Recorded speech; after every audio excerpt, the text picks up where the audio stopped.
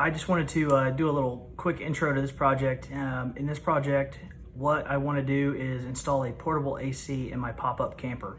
And the reason I want to do that is I bought an older camper.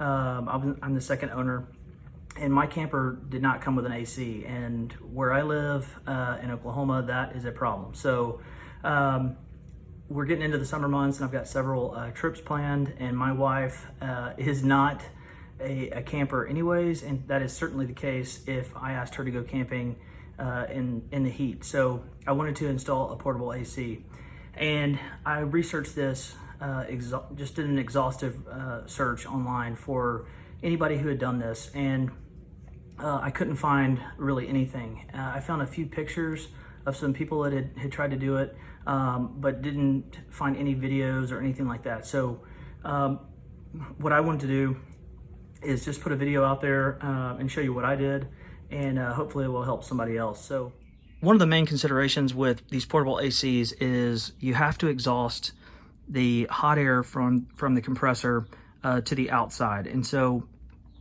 with this Black & Decker unit, the AC is a single hose exhaust.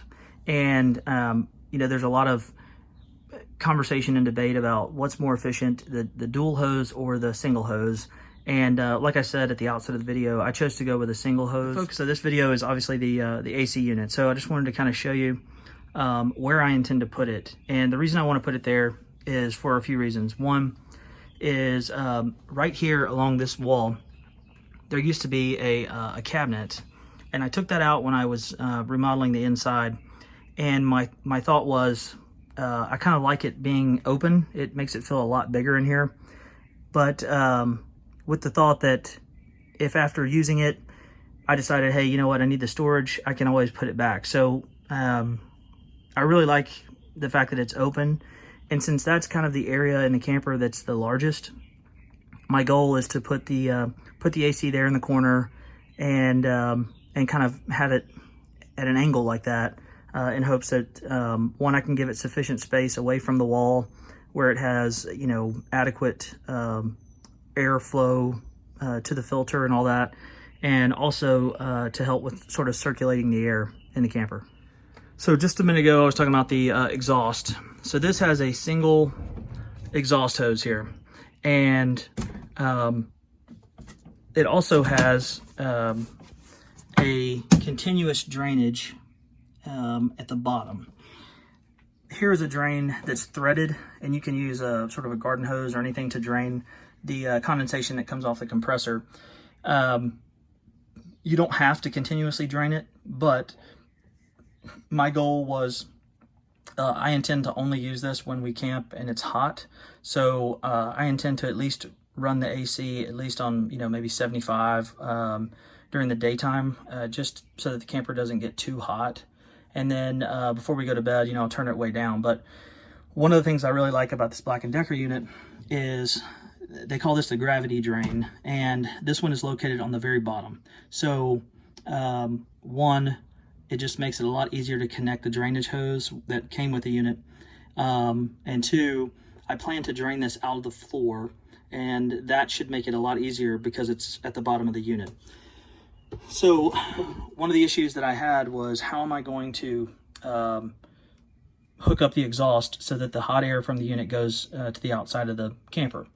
So the two options I had were I could cut a hole through the plywood and then through the aluminum sheeting on the outside, or I could go through the floor.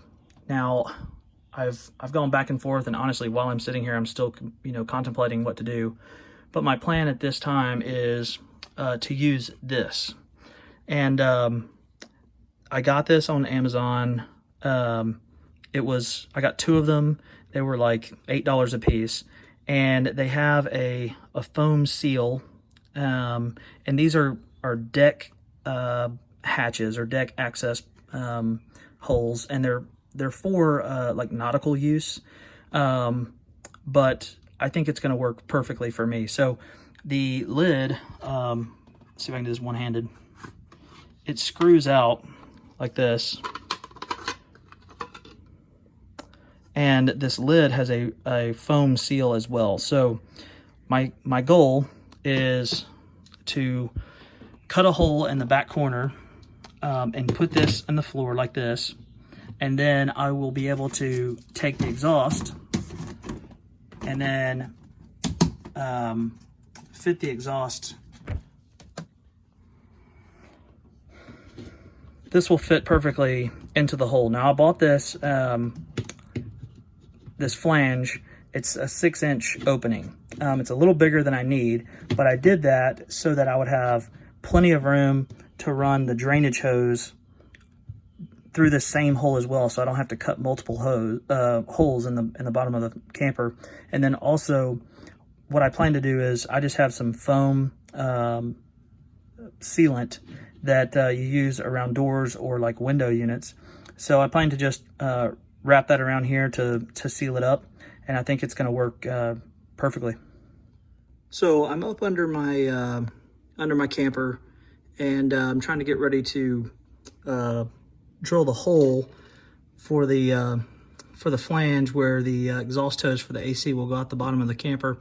So I apologize, I'm on my back here trying to video, but I wanted to point out something real quick. In almost every pop-up, I don't know of one that doesn't, you're going to have cables that are attached to the mechanism that allows you to raise the roof of the camper.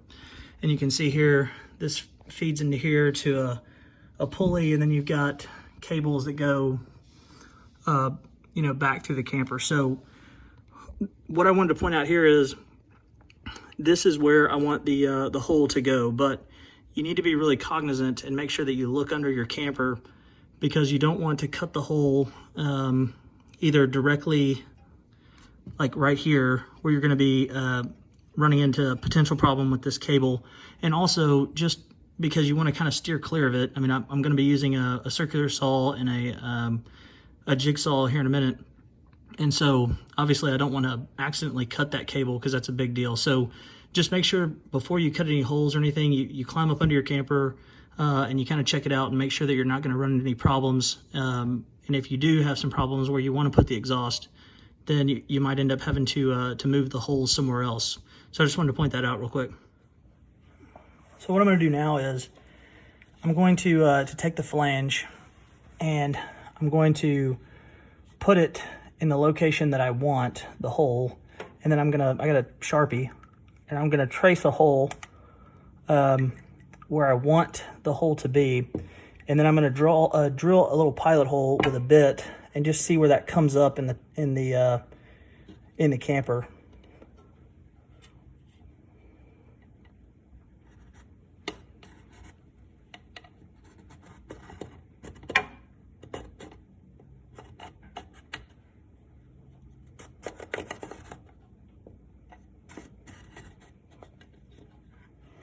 All right, so I've got a rough hole there, and now I'm going to drill a pilot hole and just see where it comes up on the inside of the camper. See if I need to move the hole somewhere else.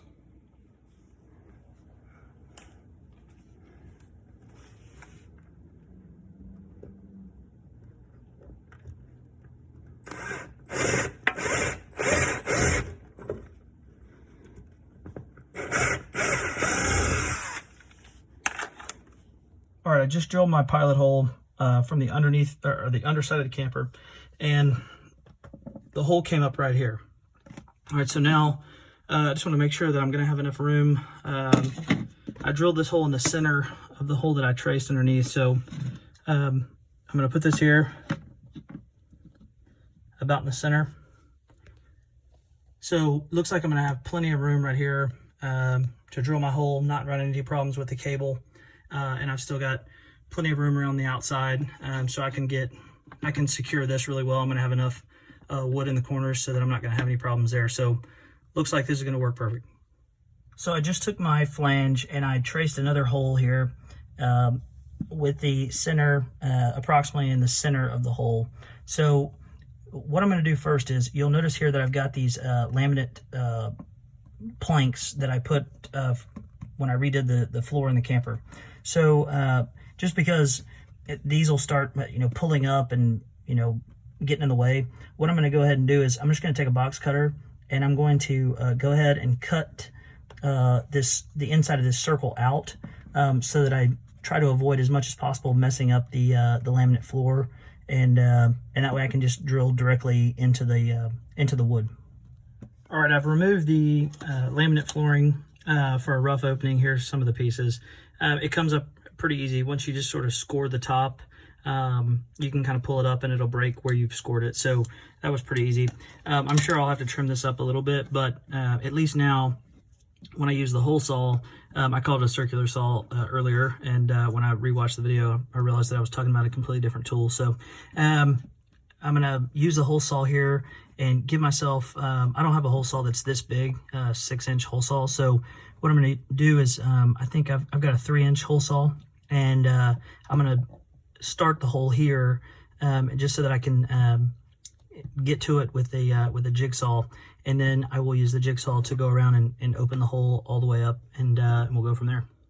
Okay, I've gotten all the laminate off, and then I just drilled the hole with my hole saw, and so I've got a good starter hole. I put the flange in; it fits perfect. So we're good to go there. Now I'm going to trace this out like I did before, and then I'm going to use a jigsaw to cut the hole a little bigger, and we'll rough in the flange, and then we'll see how it goes. So real quick, before I get the jigsaw out, I just wanted to point out something that I do, just sort of as a tip. You don't have to do this, but I found in doing a bunch of DIY stuff that it's a lot easier to make a circular cut like this if you just go ahead and drill holes all the way around like this. For whatever reason, it's just easier with the jigsaw. I don't know why, but I found it to be easier. It took me like maybe 30 seconds to drill these holes. So my thing is, it's sort of like a why not. So I just wanted to point that out before I went ahead and make the cut. All right, I've got the hole drilled. It took me a little longer than I had hoped, only because I'm sort of a neat freak and I clean as I go. So really, because I've still got a lot of my stuff in the camper, and there was a bunch of sawdust, so it took me a little longer than I'd hoped. Not as clean as I wanted. It was kind of difficult to get in this corner, but still fits nonetheless. The flange fits perfectly. So now I'm going to go around and mark the holes with a Sharpie, and then drill just some real small pilot holes with a bit, and then secure the flange with some screws. I've got the flange secured and screwed to the floor. Fits perfectly. So just give it a test run here. Put the lid on. It sets right here, and then just screw it into place.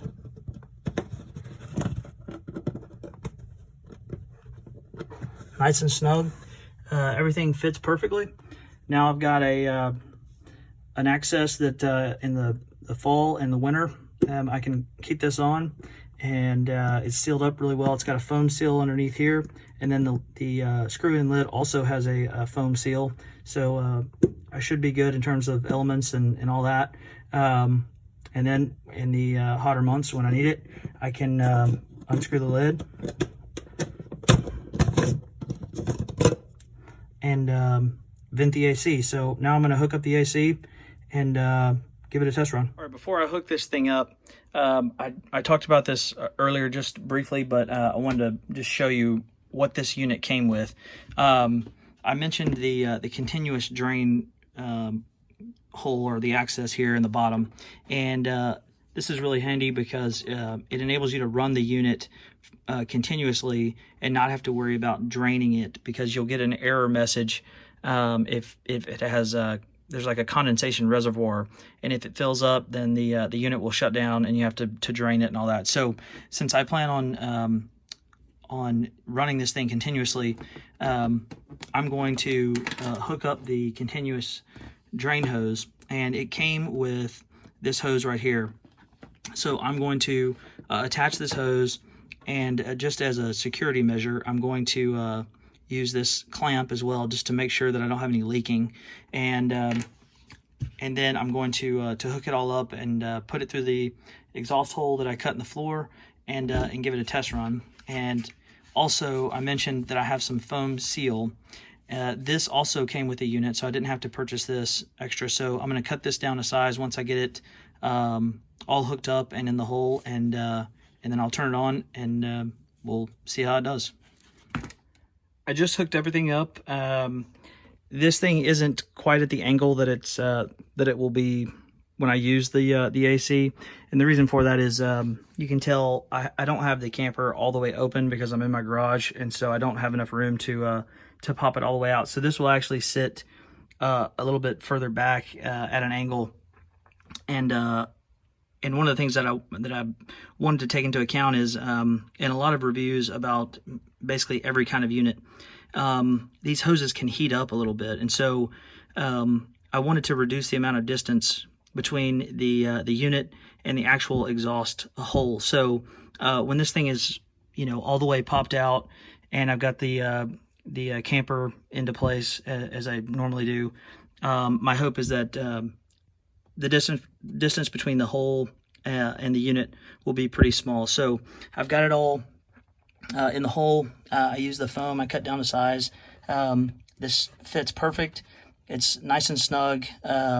Not going to get any critters or anything else that come in the hole when this thing is in use. So now I'm going to hook it up and give it a go. Now I'm going to hook up the unit. I didn't talk about this earlier, but this is something to take into account. So you'll notice here, I've got the unit, and I intend to put it in the corner and sort of face it diagonally. And the reason I chose, one of the reasons I chose to put the AC unit where I put it is there's an outlet right here. And my camper, the way that it's set up, this outlet is a 20 amp outlet. So I shouldn't have any problems with power or anything like that. So that's one of the reasons that I put it here. Your camper may differ, so certainly take that into account in terms of your power access. If you don't have a 20 amp outlet, you can do as I have done. So you'll see here that I have an outlet that I cut into this countertop that I made, and in the floor here, it's kind of dark, sorry, but I put an access, an exterior access, and I can open that up, and there's the outlet, and it has a power cord, and I just put the power cord out the bottom of the floor, and then I hook that up on the outlet at the campsite, and then that way I have a direct source that I can draw off of if I need to run like a space heater or anything like that. So if you don't have a 20 amp outlet, you can always do something like that. So I'm gonna hook this up, and we'll see how it works.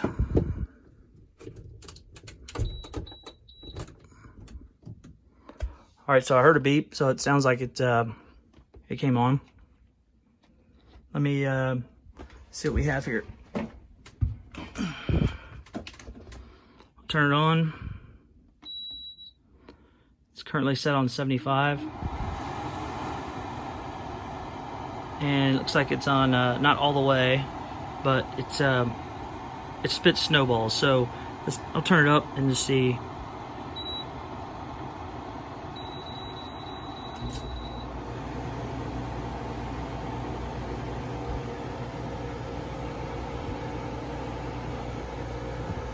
There we go. It is really cold, and it sounds really loud, but I think it's this thing right here is rattling, but I'm not getting any air through here, so that's good. Looks like everything is working as it should. Let me check outside and see how things work outside. Got the hot air that's blowing out, and I'm gonna leave this on for a little bit and just see what kind of condensation I get. Where I live right now, it is extraordinarily humid. It's been raining like all day long, so I just want to see what kind of condensation may come out of this pipe if I leave it on for a little bit, and I'll update you guys on that.